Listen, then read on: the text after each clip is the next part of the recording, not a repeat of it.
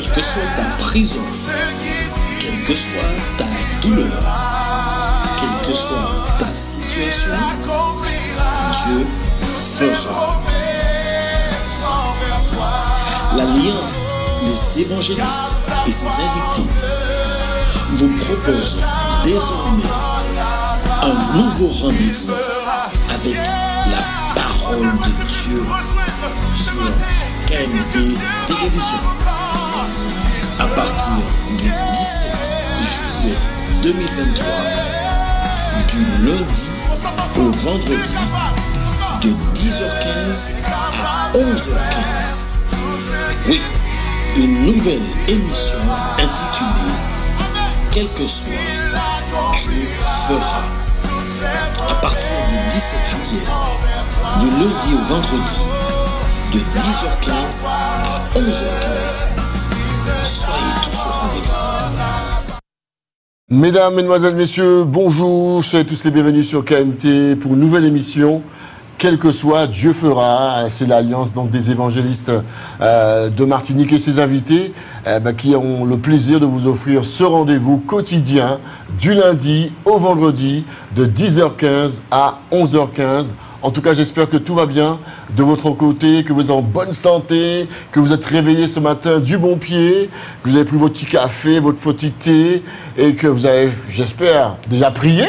Et en ce matin, on va pouvoir partager la parole de Dieu ensemble. J'ai avec moi donc le pasteur Alain Baroud. Bonjour, pasteur Baroud, comment vas-tu?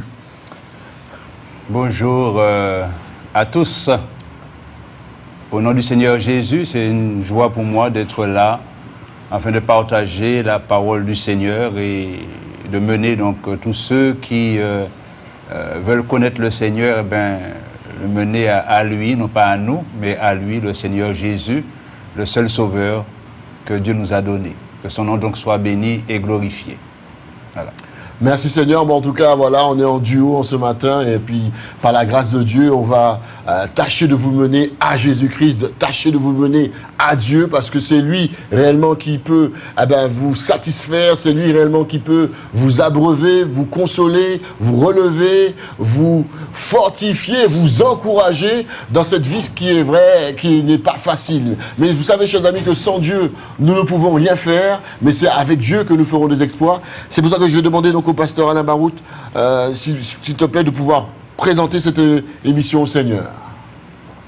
Père Saint, au nom puissant et merveilleux de Jésus-Christ, ton Fils, merci, nous recommandons à ta grâce, à ta bienveillance cette émission, Seigneur, quel que soit, Dieu fera, car nous avons l'assurance que tu feras, Seigneur, mon Dieu, mon Père, pour ceux qui crient vers toi, pour ceux qui espèrent en toi, pour ceux qui te cherchent, car tu es un Dieu fidèle, fidèle à ta parole.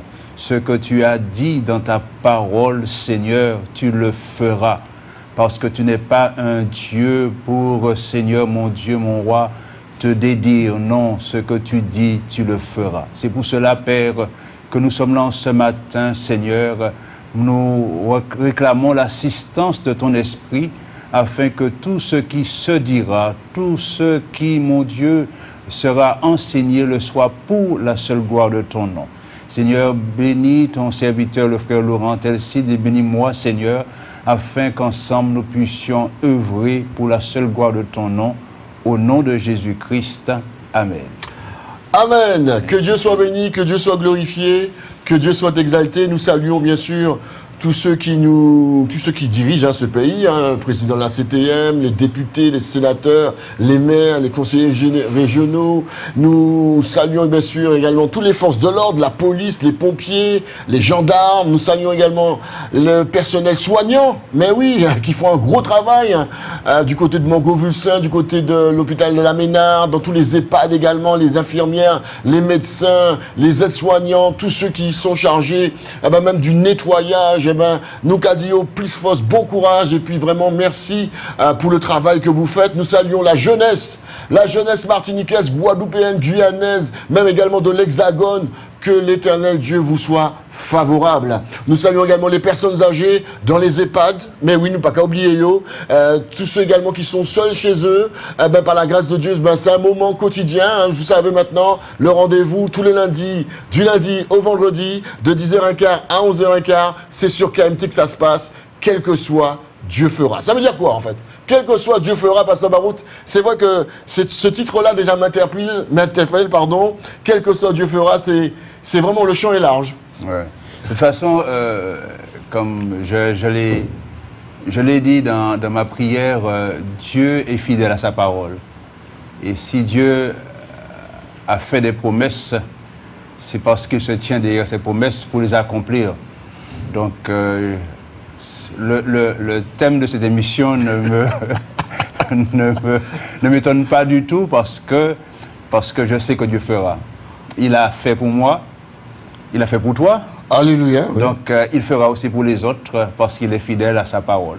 Que Dieu soit béni, que Dieu soit glorifié, c'est vrai, Dieu fera, parce que Dieu fait, Dieu a déjà fait, Dieu fera. Voilà. C'est un Dieu de fidélité, son nom est l'Éternel, il est fidèle, et il se tient derrière sa parole pour l'accomplir, il nous a fait des promesses. C'est vrai que peut-être pour l'instant, à l'instant T, tu vis une situation qui est contraire à ce que tu espères.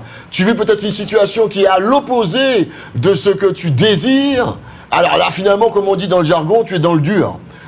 Tu es dans le dur, tu es dans la montée, tu es vraiment en train de transpirer, tu n'as pas encore atteint le sommet pour pouvoir crier victoire, mais tu sais que dans ton cœur, tu dis, mais bon Dieu dis-moi bitin, bon Dieu dis-moi bagaille, Dieu fera.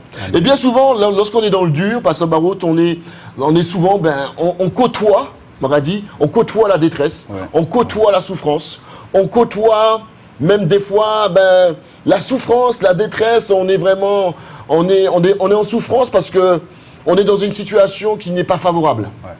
On est dans une situation où vraiment, on espère vraiment des lendemains plus glorieux, des lendemains plus favorables, mais pour l'instant, c'est pas encore le cas. Alors là, je veux parler également à tous ceux qui, malheureusement, ce matin, sont à la recherche du travail, qui n'ont pas encore de travail. Ils sont en inactivité, ils sont au chômage. Je parle également dans cette détresse à tous ceux qui se sont abandonnés par leurs parents, abandonnés par leur mari, abandonnés également par leurs enfants. C'est une souffrance, c'est une détresse. On veut parler également des personnes également qui sont dans l'inquiétude. Ah, Pasteur Barout. Ouais. La parole de Dieu nous dit que l'inquiétude dans le cœur de l'homme là-bas. Ouais, voilà. Mais c'est vrai, on est là, on est bien souvent dans l'inquiétude, dans le stress. On est souvent même dans l'oppression, dans la pression de cette société. Encore, si on élargit un peu le cercle, on voit au niveau économique et social, la situation n'est pas favorable, c'est l'inflation, tout coûte cher, comment ferais-je? Et puis bon, si on parle un peu de la météo, c'est vraiment un peu catastrophique avec le réchauffement climatique, avec tout ce qu'on a déjà ici en Martinique, le chlordécone, l'air qui est respirable pour ceux qui souffrent de l'asthme, l'eau qui est contaminée, la terre même qui est polluée. On a tout un tableau, je dirais un peu, entre guillemets, catastrophique. Et là, Dieu vient là avec cette parole qu'il fera. Et lorsqu'on voit la situation à l'heure actuelle que nous vivons, elle n'est pas évidente. Mais dans notre cœur, ce qui doit faire foi, ce qui réellement doit remonter en nous, parce que bien souvent, Pasteur Barout, ça t'arrive bien souvent de te parler à toi-même, de parler à ton âme pour dire, mais attends, Pasteur Barout, mais réveille-toi, ton Dieu fera. On parle à notre âme, on essaie vraiment de se parler à soi-même pour pouvoir réellement trouver une espérance, pour voir vraiment s'il n'y a pas une parole de Dieu qui va remonter. Oui. C'est vrai que il y a eu un précédent, je peux y parler comme ça, dans la parole. Il s'agit donc d'Asaph. On peut le revoir dans le psaume 77, oui. Le psaume 77 où Asaph était dans une détresse, dans une désolation. Et je vais lire donc les premiers versets, et puis à un moment, on va arriver à 3 points de suspension. Ça veut dire quoi? 3 points de suspension qui veut dire qu'il aurait pu continuer à parler, mais il y a quelque chose qui l'a interrompu et qui l'a ramené à autre chose. Alors je vais lire à partir du verset 2 et justement aux 3 points de suspension. dans le psaume 77, où Asaph disait ceci: ma voix s'élève à Dieu et je crie. Ma voix s'élève à Dieu et il m'écoutera. Au jour de ma détresse, je cherche le Seigneur. La nuit, mes mains sont étendues sans se lasser. Mon âme refuse toute consolation. Je me souviens de Dieu et je gémis. Je médite et mon esprit est abattu. Tu tiens mes paupières en éveil et dans mon trouble, je ne puis parler. Je pense aux jours anciens, aux années d'autrefois. Je pense à mes cantiques pendant la nuit. Je fais des réflexions au-dedans de mon cœur et mon esprit médite. Le Seigneur rejettera-t-il pour toujours? Ne sera-t-il plus favorable? Sa bonté est-elle à jamais épuisée? Sa parole est-elle anéantie pour l'éternité? Dieu a-t-il oublié d'avoir compassion? A-t-il, dans sa colère, retiré sa miséricorde? Je dis, ce qui fait ma souffrance, c'est que la droite du Très-Haut n'est plus la même. Et voilà, on arrive à 3 points de suspension.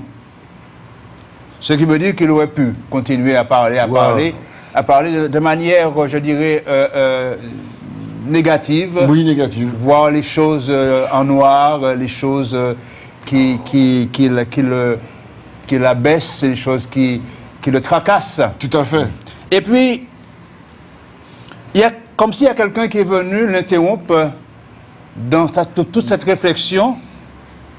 Et puis, au verset 12, on nous dit « Je rappellerai les œuvres de l'Éternel, car je me souviens de tes merveilles d'autrefois. » Ça veut dire que celui qui est venu, et je crois que c'est le Saint-Esprit qui est venu, l'interrompt pour lui rappeler que Dieu n'a pas changé. Que Dieu est le même hier, aujourd'hui, éternellement, et que Dieu, dans le passé, a fait de grandes choses. Donc, s'il a fait de grandes choses dans le passé, il peut encore le faire aujourd'hui, il peut encore le faire demain. Parce qu'il n'a pas changé, parce qu'il ne peut pas changer, parce qu'il ne saurait changer, parce que Dieu est immuable. Voilà. Ah, ben, franchement, je bénis l'Éternel pour cela, parce que en termes informatiques, on appelle ça un switch. Il a switché. Il a switché parce qu'il était parti dans une débandade d'amertume où vraiment il vidait son cœur, il vidait son sac, où vraiment il rappelait à Dieu que ben voilà, finalement, est-ce que vraiment tu es là? Je suis dans une souffrance permanente, une souffrance constante. Je ne vois point le soleil. Rien qu'il a pris qui tombe en les moins, la pote qu'a fait en les moins. Entre guillemets, comme on dit en créole, joue moi en ouin. Mais Seigneur mon Dieu, et là, comme tu as si bien dit, le Saint-Esprit de Dieu intervient. Oui. Parce que les questions qui se posaient, ce sont des questions de quelqu'un qui est vraiment désespéré, quelqu'un qui est vraiment dans une profonde détresse. Au bout du rouleau. Au bout du rouleau, parce qu'il dit, je fais des réflexions à la fin du verset 7, je fais des réflexions au-dedans de mon cœur et mon esprit médite. Et là, il se pose une série de questions. Il dit, le Seigneur rejettera-t-il pour toujours? Et Pasteur Marou, sans t'interrompre, il y a beaucoup de téléspectateurs qui ont pensé comme ça. Ouais. Il a dit que mon Dieu est bon Dieu pas qu'à voir moins, le bon Dieu qu'à rejeter moins, bon Dieu pas qu'à voir moins, il y a trop de monde pour occuper, il y a des milliards d'habitants sur la terre, il ne va pas s'occuper de moi, parce que bon, ben, je ne sais pas, j'habite telle et telle commune, bon, mon nom, mais moi pas savent. Je ne sais pas quelle est ta couleur, quel est ton prénom, quel est ton nom, mais ce que je peux te dire, c'est que Dieu t'aime. Voilà. C'est que Dieu a de la considération pour toi, c'est que Dieu, tu intéresses Dieu en ce matin. Tu as de la valeur pour Dieu. Hein? Parce que là, c'est vrai que là, Asaph, là, il était parti vraiment dans une sorte de dévalorisation. Voilà. Tout est fermé pour moi, comme tu l'as si bien dit. Tout est fermé pour moi, le Seigneur me rejette pour toujours. Ne me sera-t-il plus favorable? On se pose des questions pour dire, mais mon Dieu, mais pourquoi j'ai subi toute sa souffrance? Mon Dieu, mais pourquoi toute cette chose m'arrive? Et on se rend compte que, bon, là, comme tu l'as si bien dit, le Saint-Esprit de Dieu est intervenu avec ces 3 petits points-là. Voilà. Ces 3 petits points-là, ça peut... Il n'y a pas d'élimitateur de temps, hein, ça peut être 10 minutes comme ça peut être 1 heure. Oui, voilà, voilà. Mais le Seigneur Dieu est intervenu, il a vraiment, lui a donné cette piqûre de rappel pour dire, mais attention, je suis là. Voilà. Attention, je suis présent. Attention, je suis capable. Attention, je suis capable réellement de changer le mal en bien. Je suis capable également de changer la maladie en guérison. Je suis capable également de changer la mort en la vie. Je suis capable également de changer la désespérance en espérance. Je suis capable également de changer ta tristesse en joie. Je suis capable. Mais la clé, Pasteur Barout, c'est de rappeler à Dieu ce qu'il a fait dans le passé. Voilà, voilà. Parce que quand on regarde les questions qu'il se posait et ce qu'il dit après, parce que quand il dit, à un moment, il dit, sa bonté est-elle à jamais épuisée? Alors qu'on sait que la bonté de Dieu est infinie. Voilà. Il dit encore, sa parole est-elle anéantie pour l'éternité? Comment la parole de Dieu qui est éternelle peut être anéantie pour l'éternité? Dieu a-t-il oublié d'avoir compassion? Non, Dieu ne peut pas oublier d'avoir compassion. A-t-il dans sa colère retiré sa miséricorde? Et puis, quand il revient à lui-même dans le souvenir de la gloire de Dieu dans sa vie, où il dit ceci, je rappellerai, verset 12, les œuvres de l'Éternel, car je me souviens de tes merveilles d'autrefois. Voilà, c'est là le souvenir, rappeler à Dieu ce qu'il a fait dans le passé. Je parlerai de toutes tes œuvres, je raconterai tes hauts faits. C'est là le témoignage. Et quand on donne gloire à Dieu dans ce qu'il a fait, Dieu prend plaisir à cela. Et parce que Dieu prend plaisir, eh bien, Dieu va faire encore des choses pour que tu puisses encore donner gloire à son nom. Ça, c'est une clé.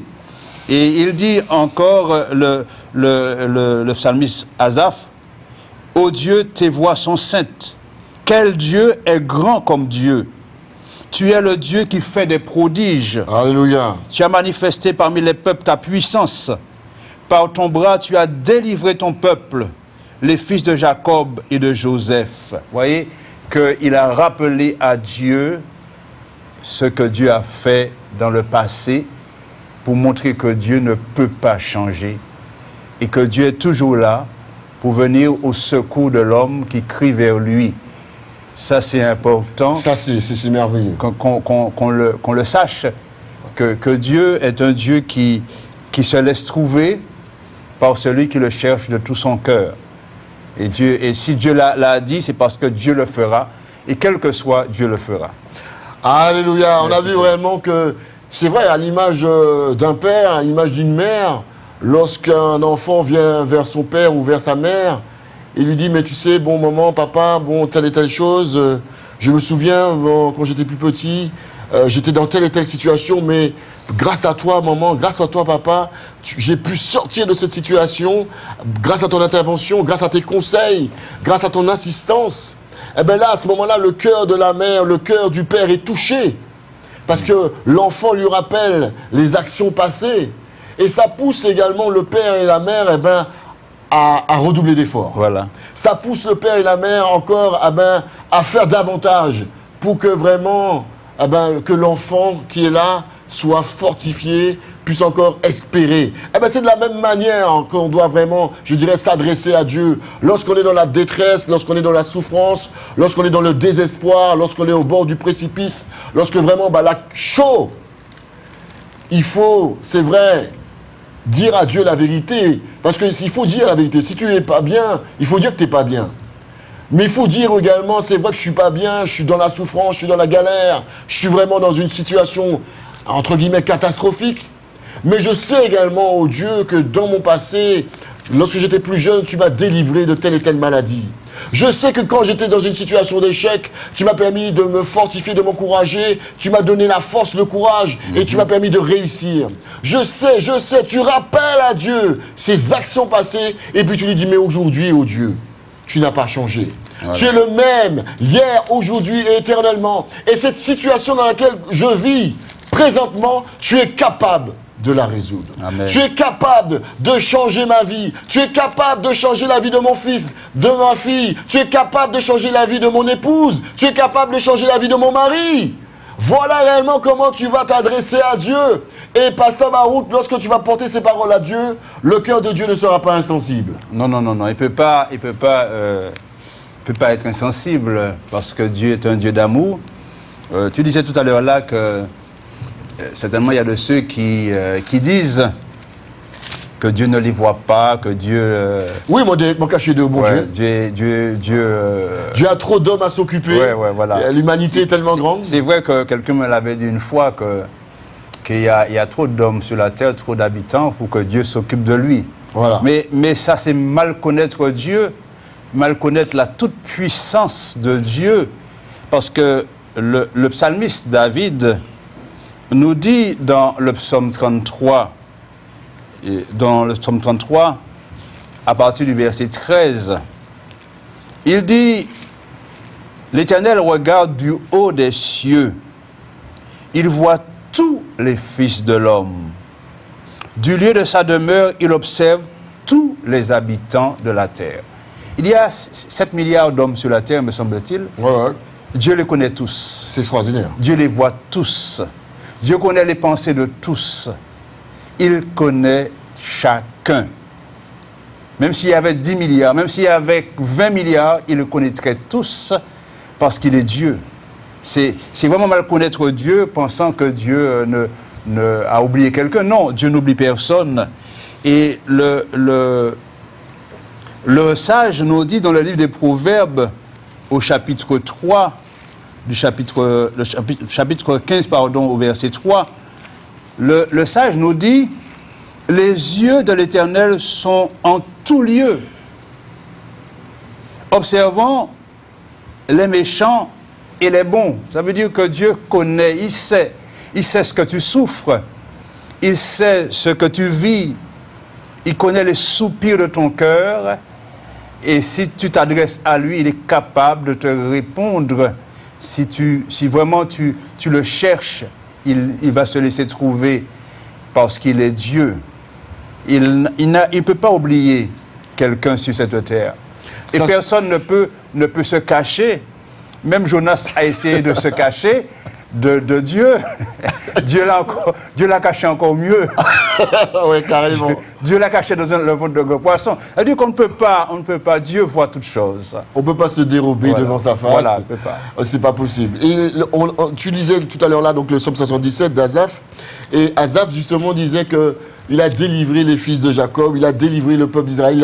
Là, c'est un rappel au passé. Voilà. On va faire un petit rappel au passé dans le livre de l'Exode, Pasteur Baruch, si tu le veux bien. Oui. Dans le livre de l'Exode, de chapitre 3, pour nous montrer que, ben voilà, un peuple qui est en souffrance, un peuple qui est sous l'esclavage, un peuple qui est là, qui a gémi, qui a pleuré. Mais comme tu l'as si bien dit dans le psaume, là, Dieu voit tout, Dieu connaît tout, et Dieu voit tous les fils de l'homme du haut du ciel. Et là, on va voir que Dieu, il a vu le peuple d'Israël qui est en souffrance dans le livre de l'Exode, chapitre 3, et le verset 7. S'il te plaît, si tu... Oui. Si tu peux faire lecture. Oui, j'ai fait la lecture. Donc, dans le chapitre 3 du livre de l'Exode, à partir du verset 7, l'Éternel dit, donc il s'adresse à Moïse, et l'Éternel dit, j'ai vu la souffrance de mon peuple qui est en Égypte, et j'ai entendu les cris que lui font pousser ses oppresseurs, car je connais ses douleurs. Je suis descendu pour le délivrer de la main des Égyptiens, et pour le faire monter de ce pays dans un bon et vaste pays, dans un pays où coule le lait et le miel, dans les lieux qu'habitent les Cananéens, les Hétiens, les Amoréens, les Phérésiens, les Héviens et les Jubésiens. Voici, les cris d'Israël sont venus jusqu'à moi, et j'ai vu l'oppression que leur font souffrir les Égyptiens. Maintenant va, je t'enverrai auprès de Pharaon, et tu feras sortir d'Égypte mon peuple, les enfants d'Israël. Moïse dit à Dieu, qui suis-je pour aller vers Pharaon et pour faire sortir d'Égypte les enfants d'Israël? Dieu dit, je serai avec toi, et ceci sera pour toi le signe que c'est moi qui t'envoie. Quand tu auras fait sortir d'Égypte le peuple, vous servirez Dieu sur cette montagne. Amen. Amen. Voilà. Voilà, bien-aimés, chers amis, téléspectateurs de Martinique, Guadeloupe, Guyane, sur KMT. L'émission, donc, quel que soit Dieu fera, vous montre que Dieu voit. Notre Dieu, il a des yeux, il voit. Il nous voit, il nous dit également qu'il entend. Notre Dieu, il a des oreilles, il entend. Et là, il nous montre également que notre Dieu, il a une conscience, il a un cerveau, il a une réflexion. Je connais. Dieu voit, Dieu entend, Dieu connaît tes souffrances. Dieu voit, Dieu entend, Dieu connaît ta situation. Toi qui m'écoutes là en Martinique, quelle que soit la commune dont tu habites là, Dieu voit, Dieu entend, Dieu connaît ta situation. Dieu sait par quel chemin tu es passé. Les grands moulogadou, c'est ça qui y a dans Couteau Giromon, c'est ça qui y a dans Tchè Giromon, qui y a dans Tchè Giromon. Donc ça phase là, même si moi pas Dieu connaître lui. Mais Dieu voit, Dieu connaît, Dieu entend. Mais Dieu, parce que ce que j'aime avec ce Dieu-là, qui est un Dieu vraiment extraordinaire, que l'onde de l'éternel Dieu soit béni. Dieu ne se contente pas d'entendre, de voir, de connaître, mais il descend, alléluia. Il descend par sa puissance, par la puissance du Saint-Esprit. Il descend par sa parole, parce que sa parole court avec vitesse. Il va permettre, il va donner des ordres pour venir te délivrer. Il va te donner des ordres pour venir t'affranchir, te consoler, te relever, te tirer de la situation dans laquelle tu es. Parce que ce Dieu-là, il est merveilleux. C'est ce Dieu-là qui a parlé à Moïse, qui est le même. Hein? Alléluia. Nous ne parlons pas de notre Dieu. C'est le même. C'est le même qui a parlé à Moïse pour les enfants d'Israël. Eh bien, c'est le même dont nous parlons aujourd'hui pour toi. C'est-à-dire que ce qu'il a fait là, il a vu la souffrance du peuple d'Israël, il voit aussi ta souffrance. Il a entendu les cris que les oppresseurs ont fait pousser au peuple d'Israël. Eh bien, c'est ce même Dieu qui entend tes cris. C'est ce même Dieu qui a connu les douleurs du peuple d'Israël. Eh bien, c'est ce même Dieu qui entend et qui connaît les douleurs de tes gémissements. Eh bien, c'est ce même Dieu qui est descendu. Il est descendu pour délivrer son peuple. Eh bien, c'est ce même Dieu qui est là aussi pour toi en ce matin, pour te délivrer de la situation dans laquelle tu es. Alors, c'est vrai qu'au temps du peuple d'Israël, il a envoyé Moïse, mais aujourd'hui, il a envoyé quelqu'un, il a envoyé Jésus-Christ. Alléluia.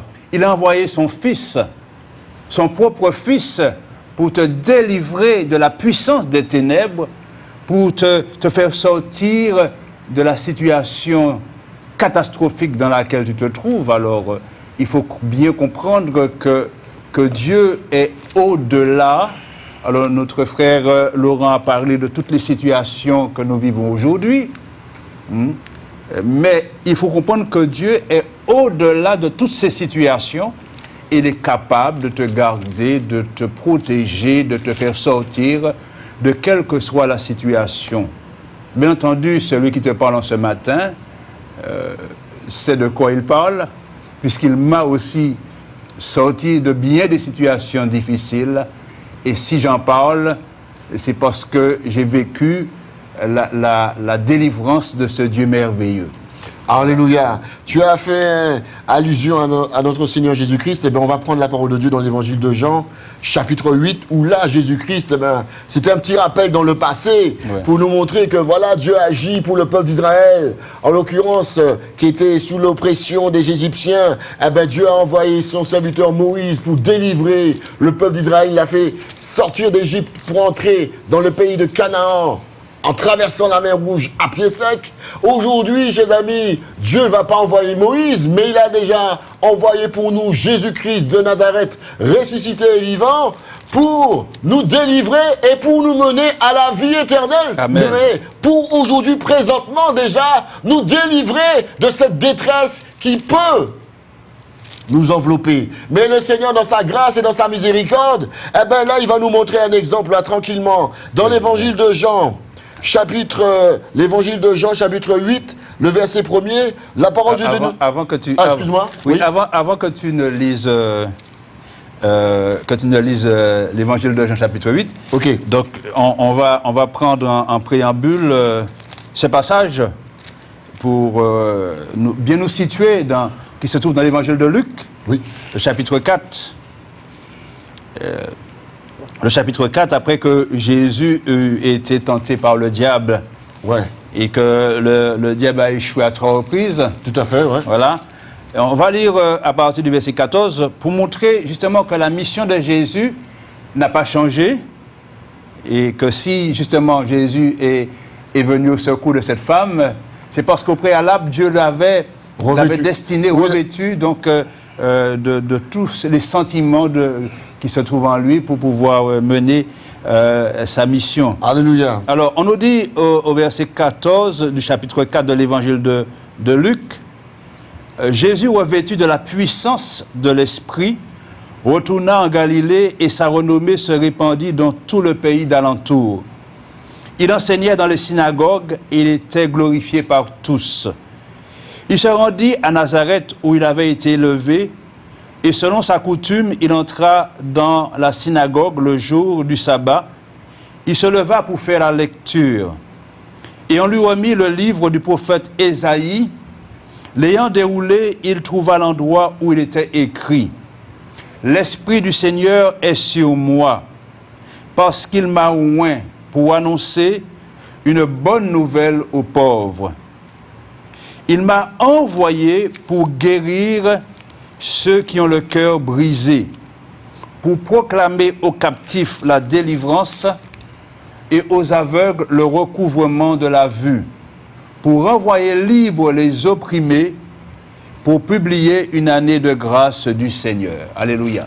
Alléluia. Donc voilà ce que Jésus a fait dans le passé, et voilà ce qu'il est encore capable de faire encore aujourd'hui. Là, carrément, quand je lis ces passages-là, Pasteur Baroud, je vois que c'est comme si c'est une feuille de route. Oui, oui, c'est une feuille de route. Voilà, l'Esprit du Seigneur est sur moi, parce qu'il m'a oint pour annoncer une bonne nouvelle aux pauvres.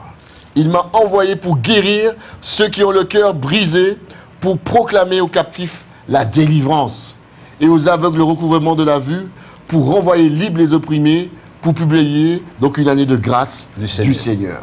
Non, mais c'est vrai, ça c'est un texte fondamental parce que c'est vrai que ce texte-là le qualifie. Ouais. Ça le qualifie, il est loin, il a tous les, je dirais, entre guillemets, les outils, la puissance, tout ce qu'il a besoin pour pouvoir agir. Voilà. Et là, il ne va pas tarder à agir. Il rencontre cette femme-là dans l'évangile de Jean, Pasteur Baroud. Oui. Que veux-tu que je te dise? L'évangile de Jean, le chapitre 8. Et, mon Dieu, tu vois comment on leur passe vite, c'est impressionnant. Yeah. L'évangile de Jean, parce qu'il faudra quand même qu'on puisse laisser 5-10 minutes à... Je suis sûr qu'il y a des auditeurs là qui vont peut-être intervenir, même... donner leur vie au Seigneur Jésus-Christ en ce matin, parce que ce message-là, il est pour vous, chers amis. L'évangile de Jean, chapitre 8, le verset 1er. Regardez ce que Dieu nous dit là. Donc, Jésus se rendit donc à la montagne des Oliviers.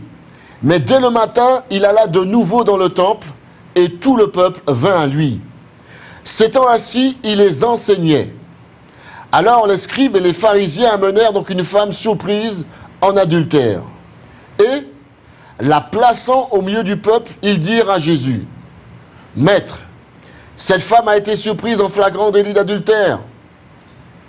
Moïse, dans la loi, nous a ordonné de lapider de telles femmes. Toi donc, que dis-tu » Il disait cela pour l'éprouver, afin de pouvoir l'accuser. Mais, Jésus s'étant baissé, écrivait avec le doigt sur la terre. Comme il continuait à l'interroger, il se releva et leur dit, « Que celui de vous qui est sans péché jette le premier la pierre contre elle. » Et s'étant de nouveau baissé, il écrivait sur la terre. Quand ils entendirent cela, accusés par leur conscience, ils se retirèrent un à un, depuis les plus âgés jusqu'aux derniers, Et Jésus resta seul avec la femme qui était là au milieu. Alors, s'étant relevé et ne voyant plus que la femme, Jésus lui dit, « Femme, où sont ceux qui t'accusaient? Personne ne t'a-t-il condamné ?» Elle répondit, « Non, Seigneur. » Et Jésus lui dit, « Je ne te condamne pas non plus. Va et ne pêche plus. » Amen. Pasteur Barout, quelle grâce! Voilà. Quelle grâce! Là où l'humanité, la société est prête à nous condamner, Jésus vient avec la compassion, la miséricorde et l'amour. Voilà.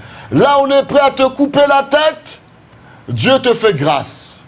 Là où on est prêt vraiment à même te faire asseoir sous la chaise électrique, eh bien Dieu, dans sa grâce et dans sa miséricorde, c'est pour cela qu'on l'appelle le bon Dieu, vient avec tout son amour. Et là, il interpelle ceux qui sont les accusateurs pour dire, regarde ça. Avant de regarder pour par la qui est dans voisin, hein, gardez pour la qui est dans yeux là. Avant de regarder à autrui, commence à regarder à toi-même. C'est un examen de conscience pour les accusateurs et c'est une prise de conscience pour la personne qui a été prise en flagrant délit. Mais là encore, parce qu'on ne peut pas refaire l'histoire, mais comment on peut faire un adultère tout seul? C'est sûr qu'un adultère tout seul, ça n'existe pas. C'est pas possible. Mais ils sont venus avec la femme pour lapider la femme, mais où est l'homme? Puisque s'il y a eu un adultère, c'est parce qu'il y a eu... il faut au moins deux personnes. Deux personnes pour commettre un adultère, oui. pour commettre ce péché. Donc, ils sont venus avec une femme surprise en adultère. Mais ils sont venus avec un double objectif, avec la loi, en disant que la loi dit ça, ça, ça, ça. Et toi, que dis-tu? Voilà. Alors, ils s'attendaient que Jésus parle contre la loi. Mais ils ont été pris à leur propre piège parce qu'ils ne s'attendaient pas à une telle bombe. Hein? Ça, c'est clair. Voilà, donc ils sont venus, et c'est là qu'on voit l'amour de Dieu, qu'on voit la miséricorde de Dieu pour celui qui est en détresse, parce que c'est une femme en détresse. C'est clair. C'est une femme qui, dans son esprit, dans son cœur, savait qu'elle allait mourir. Parce que... la loi disait ça. Les pierres étaient déjà là. Voilà, la foule ici. La foule était déjà là, les pierres étaient déjà là. Donc cette femme savait qu'elle allait mourir, qu'elle allait être lapidée selon la loi. Mais voilà que Jésus est là. Jésus est là avec la grâce. Jésus est là avec la grâce, avec le pardon, avec la miséricorde. Et cette femme est là, mais elle ne s'attendait certainement pas à ce que Jésus la délivre d'une telle situation. Et là où il y a cette beauté de Dieu, c'est quand Dieu ramène chacun à son propre cœur. Et le Seigneur, il est là, il écoute l'Esprit de Dieu. Et quand il se relève, cette parole est comme une bombe, comme je disais, que celui de vous qui est sans péché jette le premier la pierre contre elle. C'est-à-dire qu'il se peut qu'il y ait une femme qui est accusée de ceci, de cela, mais il faut que cette femme, ou même cet homme aussi, sache que Dieu ne l'accuse pas, que ce que Dieu veut, c'est qu'elle se repente et qu'il obtienne le pardon, la miséricorde de Dieu. Et là, lorsque le Seigneur a dit que celui qui est de vous qui est sans péché jette le premier la pierre contre elle, eh bien, quand ces hommes ont entendu ces paroles, chacun a reconnu son cœur, a reconnu son état, a reconnu la plaie de son cœur, et chacun a vu qu'ils ne pouvaient pas lancer la pierre, parce qu'ils ne sont pas mieux que cette femme. Ils n'étaient pas mieux que cette femme. Et c'est là où la chose est encore plus extraordinaire, c'est que lorsque le Seigneur Jésus se relève, puisqu'il s'était baissé, il y avait place nette. Il n'y avait que lui et la femme. Où sont-ils passés? On ne sait pas. Ils sont partis. Et là, le Seigneur donne cette parole et à cette femme, femme, où sont ceux qui t'accusaient?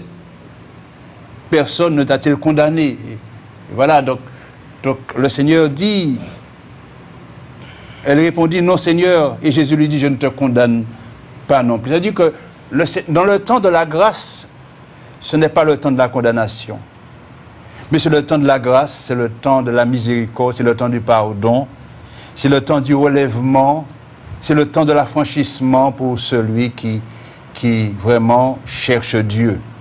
Et ça, c'est important pour que nous puissions savoir que le temps, ce n'est pas le temps des accusations, ce n'est pas le temps du jugement, mais c'est le temps de la grâce. Ça veut dire, grâce veut dire faveur imméritée. Nous n'avons pas mérité la grâce, nous n'avons pas mérité cette faveur, mais Dieu nous l'accorde quand même, parce que Dieu est amour. Et c'est pour cela qu'il donne à cette femme cette parole de paix.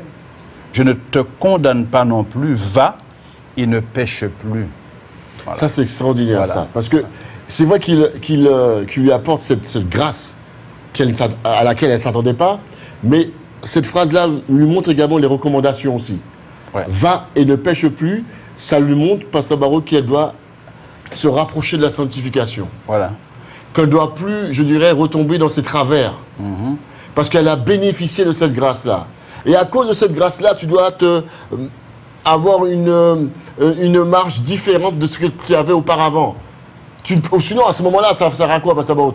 Ou qu'on péché, grâce, qu'on péché, qu'on domi Adam, ou qu'on péché, ou qu'on fait gracier, qu'on péché, grâce, péché, péché. Mais on s'en sort pas. Mais cette grâce-là qui a vraiment un grand prix, eh ben cette grâce-là doit être un tournant, doit être un virage pour dire, mais mon Dieu, je suis passé à côté de la catastrophe, je suis passé à côté de la mort, comme tu l'as si bien dit, parce qu'elle allait être lapidée par la foule. Mon Dieu, laisse-moi vraiment profiter de cette grâce-là à 100% pour mener une vie digne du Seigneur. Alors, on en revient à la repentance. La repentance, c'est quoi? Donc, j'ai pris une petite définition. La repentance, donc, implique la reconnaissance et la confession et le renoncement au péché. Voilà. Et vraiment le désir de marcher d'une manière digne du Seigneur. Parce que c'est ça, en fait. C'est-à-dire qu'on bénéficie de la grâce, c'est pas pour retomber dans les travers. On bénéficie de la grâce parce qu'on a confessé ses péchés et qu'on les a délaissés et qu'on a désir profond de pouvoir marcher dans une voie de sainteté. Et c'est là réellement, Martinique, Guadeloupe, Guyane, c'est là pour nous marcher. Jeudi jour, bon Dieu est capable de faire grâce. Dieu aujourd'hui ne te condamne pas. Jésus n'est pas venu condamner, mais il vient sauver. Quel que soit ce que tu as fait, quel que soit ce que la société te reproche, quel que soit ce que tes parents, tes enfants même te reprochent, ton quartier, dans ton travail, je ne sais pas où, quelle que soit la chose qu'on te reproche, Dieu aujourd'hui, par sa grâce et par sa miséricorde, si tu lui confesses tes péchés et que tu as au profond de toi ce profond désir de changement, Dieu est capable d'effacer l'ardoise. On remet le compteur à zéro, chers amis. Ça belle, ça. On remet le compteur à zéro. Laisse parler les gens. Dieu t'a fait grâce. Et c'est à toi de marcher dans la sainteté, dans la sanctification, afin d'hériter du salut. Pasteur Barraud, l'heure est déjà avancée. Il nous reste 15 minutes.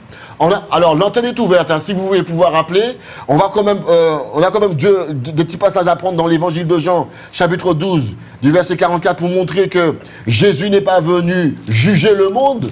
Hein, mais vous pouvez nous contacter en direct. Hein, nous sommes sur KMT au 48 44 25. Si vraiment aujourd'hui ce message t'a touché, parce que on passe tous par des chemins de détresse. L'important c'est vrai qu'on passe tous par des chemins de détresse, mais l'important, Pasteur Barraud, c'est pas arrêter en dînerie. C'est trouver la voie de sortie. Voilà. La voie de sortie, chers amis, c'est Jean 3,16, l'évangile de Jean chapitre 3, verset 16, car Dieu a tant aimé le monde qu'il a donné son Fils unique, Jésus-Christ, afin que quiconque croit en lui ne périsse point, mais qu'il ait la vie éternelle. Voici l'issue de secours. Voici l'issue qui peut te permettre de sortir de la détresse, de sortir de la souffrance. Pasteur Barraud de l'évangile de Jean, chapitre 12, verset 44. Vous pouvez nous contacter, hein, n'hésitez pas. Parce qu'après, il sera trop tard. Voilà. Alors, dans ce passage de l'évangile de Jean, chapitre 12, à partir du verset 44, on nous dit ceci. Or, Jésus s'était écrié, « Celui qui croit en moi, croit non pas en moi, mais en celui qui m'a envoyé. » Et celui qui l'a envoyé, c'est le Père. Et celui qui me voit, voit celui qui m'a envoyé. Je suis venu comme une lumière dans le monde, afin que quiconque croit en moi ne demeure pas dans les ténèbres. Si quelqu'un entend mes paroles et ne les garde point, ce n'est pas moi qui le juge. Car je suis venu non pour juger le monde, mais pour sauver le monde. Celui qui me rejette et qui ne reçoit pas mes paroles a son juge. La parole que j'ai annoncée, c'est elle qui le jugera au dernier jour. Car je n'ai point parlé de moi-même, mais le Père qui m'a envoyé m'a prescrit lui-même ce que je dois dire et annoncer. Et je sais que son commandement est la vie éternelle. C'est pourquoi les choses que je dis, je les dis comme le Père me les a dites. Voilà donc ce qui importe, c'est que Jésus qui est la parole, Jésus est la parole et Jésus nous a donné la parole, cette parole qui est capable de nous délivrer, de nous affranchir, de nous faire sortir de quelle que soit la situation. Mais si nous rejetons la parole, si nous la refusons, qu'est-ce qui reste? Il reste que le jugement. C'est pour cela que devant la parole de Dieu, il ne faut pas faire marche arrière, il faut avancer. Et c'est pour cela qu'il est important de considérer que lorsque Jésus parle, il dit ceci, qu'il est venu, non pas pour juger. Excusez-moi, Pasteur Baron, je crois que nous avons un appel, oui. Oui. KMT, bonjour. Bonjour. Allô, oui, bonjour, oui. KMT, bonjour. Allô, bonjour. Oui, vous pouvez parler un petit peu plus fort? Ah, ok. Oui, ça. Oui, ça. Ça peut connecter à l'émission. D'accord? On a du mal à vous entendre, voilà, excuse-moi. Ah, d'accord. Ah, mais qui émission finie, m'a rappelé. D'accord, ouais, on n'arrive pas trop bien à t'entendre là, nous avons un petit souci. Oui, pour une émission, toute télévision, on va prendre des millions. Ouais, c'est un petit peu... Alors, il faut éteindre peut-être la télé, éteindre le retour, et puis essayer de vous rapprocher du combiné, parce que on n'entend pas trop bien ce que vous dites. Ok, on va attendre. Ah, vous entendez moi mieux là? Oui, on va attendre. Alors, est-ce que tu peux parler bon nous pour nous faire ça comprendre ce qu'on a dit? Oui, moi, l'émission, moi, je connais dans qui zone. Et l'émission, dans qui côté en Martinique. Qui côté en Martinique? Oui, mission, l'église. À qui côté émission? Qui l'église? Ah, d'accord, ok. Ah ben, attendez, on va essayer de prendre je vais demander au technicien de prendre ton numéro. Oui. Je vais demander au technicien de prendre ton numéro, d'accord? On va te rappeler. Ok, merci. Pas de problème. Qui bon Dieu nous? Mais oui, sur... Bon, quand on comprend ce qu'on dit, tu comprends pas ça. En fait, elle demande où est-ce qu'on se réunit, etc. J'ai compris.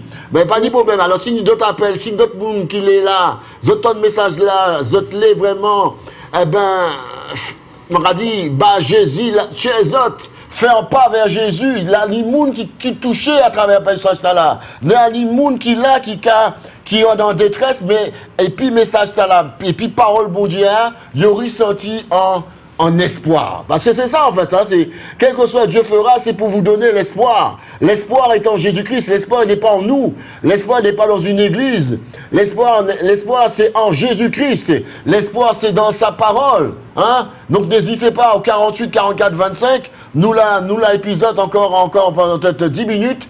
Si vous les confessez, si vous les priez, nous priez, même si vous les parlez, ressenti, ça qui passe en disant chez les autres, pas hésiter. Parce que c'est vrai qu'on était là pour nous montrer que Jésus n'est pas venu juger. Voilà, Jésus n'est pas venu juger.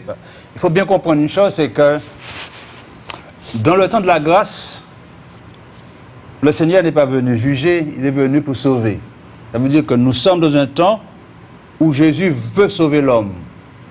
C'est son désir le plus profond car Dieu veut sauver les hommes. Mais il faut que les hommes acceptent la parole de Dieu, la parole de Christ. Et c'est en acceptant cette parole que se manifeste cette foi. Parce que la foi vient de ce qu'on entend. C'est vrai que la foi vient de tout ce qu'on peut entendre. Mais la foi en Christ vient de la parole de Christ. Et ce matin, c'est de la parole de Christ que nous sommes en train de parler. Donc la foi en Christ vient de la parole de Christ. Et cette foi-là vous donne de pouvoir accéder justement à cette grâce et à ce salut. C'est pour cela qu'il est important de comprendre que quelle que soit la situation dans laquelle vous vivez, quel que soit le péché, quelles que soient les circonstances qui vous ont mené donc à vous intéresser à cette émission, il faut que vous sachiez que si les gens vous condamnent, si les gens vous accusent, le Seigneur Jésus, lui, ne vous accuse pas. Au contraire, il est venu pour vous délivrer et pour vous affranchir. C'est pour cela qu'il dit, je ne suis pas venu, car je suis venu non pour juger, mais pour sauver le monde. Voilà, voilà ceci est important, que s'il y a un monde qui a condamné, s'il y a un monde qui a jugé, s'il y a un monde qui a accusé, Jésus, lui, il vient pour pardonner, il vient pour affranchir. Et ça, c'est important. Alléluia. Voilà. Ça, tu vois, quand tu me parles comme ça, Basta Barou, ça me fait penser à Nicodème.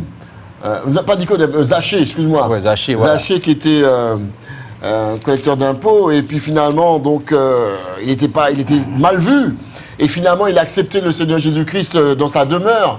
Et les gens à l'extérieur disaient, mais c'est pas possible. Mais si cet homme était vraiment le Fils de Dieu, il serait dans quelle maison il est. Mais tandis que... alors, donc voilà ce qu'il se dit à l'extérieur. Et à l'intérieur, Zachée est en train de se confesser. Il confesse ses péchés. Il dit, mais voilà, c'est vrai, Jésus. Bon, moi, qu'à reconnaître, moi, ça en volait, quoi. Moi, qu'à couillonner, moi, qu'à prendre l'argent. Il est en train de se confesser à l'intérieur et à l'extérieur, on est en train de le juger. Chers amis, tout ça pour vous dire que peu importe ce que les gens disent, parce que les gens, ils vont parler, ils ont une bouche, ils vont parler, ils ont le droit de parler. On est dans un monde de démocratie, on a le droit de s'exprimer. Mais le plus important, bien aimé, c'est que c'est ça Jésus qui a pensé de dire. Qui relation ni puis bon Dieu?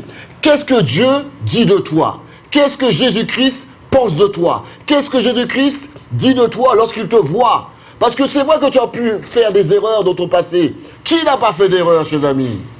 Mais aujourd'hui, nous avons un appel. Mais aujourd'hui, quelle que soit l'erreur que tu as commise, eh bien Dieu, dans sa grâce, si tu le confesses et que tu délaisses tes erreurs, eh bien Dieu est capable de te pardonner. C'est là l'espoir. KMT, bonjour.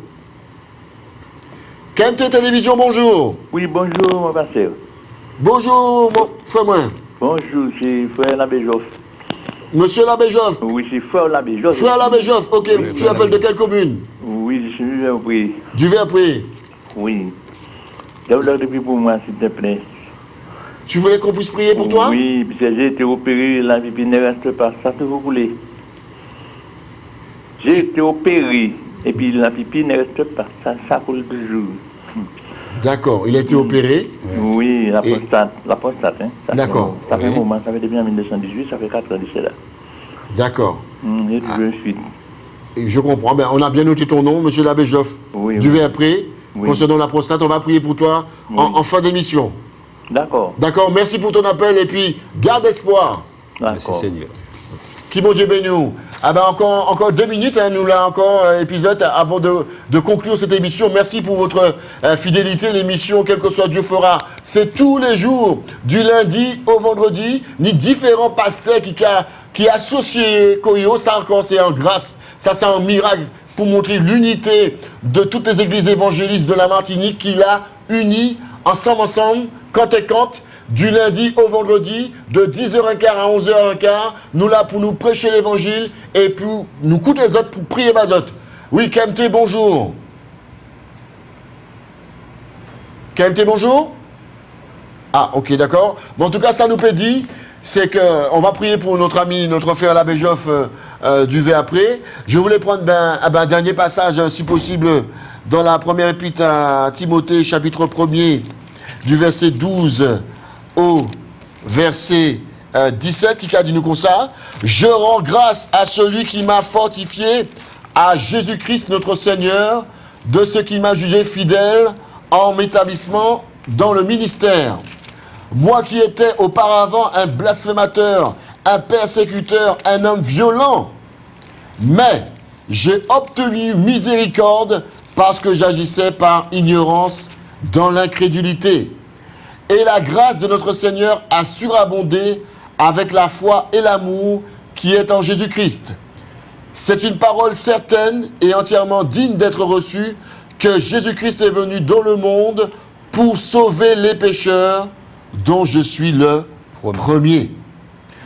Mais, verset 16, j'ai obtenu miséricorde afin que Jésus-Christ fasse voir en moi le premier toute sa longanimité pour que je serve d'exemple à ceux qui croiraient en lui pour la vie éternelle. Au roi des siècles immortel, invisible, seul Dieu soit honneur et gloire au siècle des siècles. Amen. Amen. Ah voilà, chers amis, c'est une grâce, verset 15, c'est une grâce certaine et entièrement digne d'être reçue que Jésus-Christ est venu dans le monde pour sauver les pécheurs. Chers amis, Martine, Qualité, bonjour. Bonjour. Allô, oui, bonjour, oui. Bonjour, oui. Ouais, essayez de vous rapprocher, on vous entend pas trop. Oui, je vous entends bien. Bonjour. Bonjour, oui. Bonjour. Ah, c'est le retour qu'il faut augmenter chez nous alors. Comment? On vous écoute. Oui, je voudrais comprendre pour moi, parce que je suis dans un état, mais je ne suis pas visité par... mais... Oui, allez, oui, bonjour. Oui, je vous écoute. Alors, ton prénom? Yvette. Yvette, oui. Oui? Tu voulais compris pour toi, pour quel sujet? Oui, parce que je suis dans un état et je ne suis pas visité par mes bergers. Tu es comment, excuse-moi? Comment? J'ai des difficultés à t'entendre. Tu es quoi? Je suis dans une état et je ne suis pas visité. Je ne suis pas visité par mes pasteurs. Bon. Ouais, c'est un petit peu compliqué, j'arrive pas trop bien à entendre ce que tu dis. Quel est ton souci, c'est quoi? Moi? J'ai très mal. Ouais, on a un petit souci de compréhension. Excusez-nous, hein. Alors, dites au frère Laurent et au frère Baroud que la sœur Mélicine avait appelé. Mélicine? Ah oui, c'est bon. Ah, Madame Auberge. Merci que je sois visitée par mes pasteurs. Merci beaucoup. Ah ben, c'est notre sœur Mélicine. Oui. Auberge qui est maintenant à Ducos que je dois aller visiter. Que Dieu vous bénisse et puis à bientôt. À bientôt. Merci, merci. Oui, tout à fait. Notre sœur Mélicine Voilà. de Texaco. Ouais. Que Dieu soit béni, que Dieu soit glorifié. Eh bien, Pasteur Baroud, nous sommes pratiquement... C'est vrai qu'on n'a pas pu toucher tout ce qu'on voulait toucher, mais le temps nous est imparti. Ce sera pour la prochaine fois. Ça sera pour la prochaine fois, si Dieu veut. En tout cas, je te remercie d'être venu ce matin pour pouvoir tout simplement entrer dans cette alliance, entrer dans cette unité. Et je bénis Dieu pour cela, pour la Martinique, pour la Guadeloupe, la Guyane, pour Saint-Martin, même dans l'Hexagone, partout, parce que ça va être repris sur Internet. Que Dieu soit béni et vraiment qu'on puisse demeurer dans cette unité d'esprit, dans cet amour fraternel, de pouvoir tout simplement propager la bonne nouvelle. Voilà. Propager la bonne nouvelle de Christ, Christ ressuscité. Alors je t'invite si possible à prier pour notre frère l'abbé Joffre Duvé-Apré et notre sœur Mélicine Auberge, au nom du Seigneur Jésus. Merci Seigneur. Père Saint, au nom grand et glorieux de Jésus-Christ, ton Fils, je recommande, mon Dieu, à ta puissance, notre frère, mon Dieu, l'abbé Joffre, qui a été, mon Dieu, opéré de la prostate. Père, tu vois les complications qu'il rencontre. Je te prie, Père Saint, d'étendre ta forte main sur lui, afin, éternel, mon Dieu, mon Père, de le rétablir dans sa santé, au nom de Jésus-Christ de Nazareth. Seigneur éternel, tu donnes à cette opération éternelle mon Dieu, d'aller vers une cicatrisation complète. Alléluia. Au nom de Jésus-Christ. Au nom de Jésus-Christ. Et que ton enfant ne souffre d'aucun dommage. Merci, Mon Seigneur. Dieu, merci pour tout le bien que tu lui fais, pour toute la force que tu lui communiques, Alléluia. afin de supporter les choses et afin, Seigneur, mon Dieu, de voir ta gloire dans sa vie. Sois béni, frère l'abbé Joff, sois rétabli dans ta santé, sois guéri complètement au nom de Jésus-Christ de Alléluia. Nazareth. Amen. Amen. Je te remercie, Seigneur, pour notre sœur Mélicine. Alléluia. Mon Dieu, qu'elle se sente fortifiée, encouragée Alléluia. par la puissance de ton esprit au nom de Jésus-Christ. Seigneur, mon Dieu, elle aussi a besoin de toi. Amen. Elle soupire après toi, Gloire à toi, que Seigneur. ta main soit sur elle, afin encore, mon Dieu, de la fortifier, que ses os soient rafraîchis, Seigneur, que ses muscles soient revigorés, Seigneur, Alléluia. et qu'elle sente, mon Dieu, dans son corps, cette force qui vient de toi, au nom de Jésus-Christ, afin qu'elle se tienne, mon Dieu, mon Père, debout. Merci, Au Seigneur. nom de Jésus-Christ, sœur Mélicine soit bénie. Et que la gloire de Dieu inonde Alléluia. ta vie, inonde tout ton être, au nom de Jésus-Christ. Sois affranchi, libéré, délivré de toute souffrance physique, au nom de Jésus-Christ. Et que le Seigneur t'assiste en tout temps, au nom de Jésus-Christ. Amen. Amen. Merci Seigneur. Merci au nom de Seigneur. Jésus. Eh ben, nous vous remercions, chers amis, pour votre fidélité. Merci de nous avoir assisté durant cette heure. Le programme Mission de qualité se poursuit. Mais sachez que, quel que soit, Dieu fera, se poursuit. Donc, du lundi, mardi, mercredi, jeudi, vendredi, de 10h15 à 11h15. Nous sommes là, des serviteurs de toute la Martinique qui vont se succéder pour pouvoir annoncer l'évangile, Christ crucifié, mais Christ ressuscité. Que Dieu vous bénisse. À bientôt. Quelle que soit ta prison, quelle que soit ta douleur, quelle que soit ta situation, Dieu fera. L'Alliance des évangélistes et ses invités vous propose désormais un nouveau rendez-vous avec la parole de Dieu sur KMT Télévision. À partir du 17 juillet 2023, du lundi au vendredi, de 10h15 à 11h15. Oui, une nouvelle émission intitulée « Quel que soit, Dieu fera ». À partir du 17 juillet, du lundi au vendredi, de 10h15 à 11h15. Soyez tous au rendez-vous.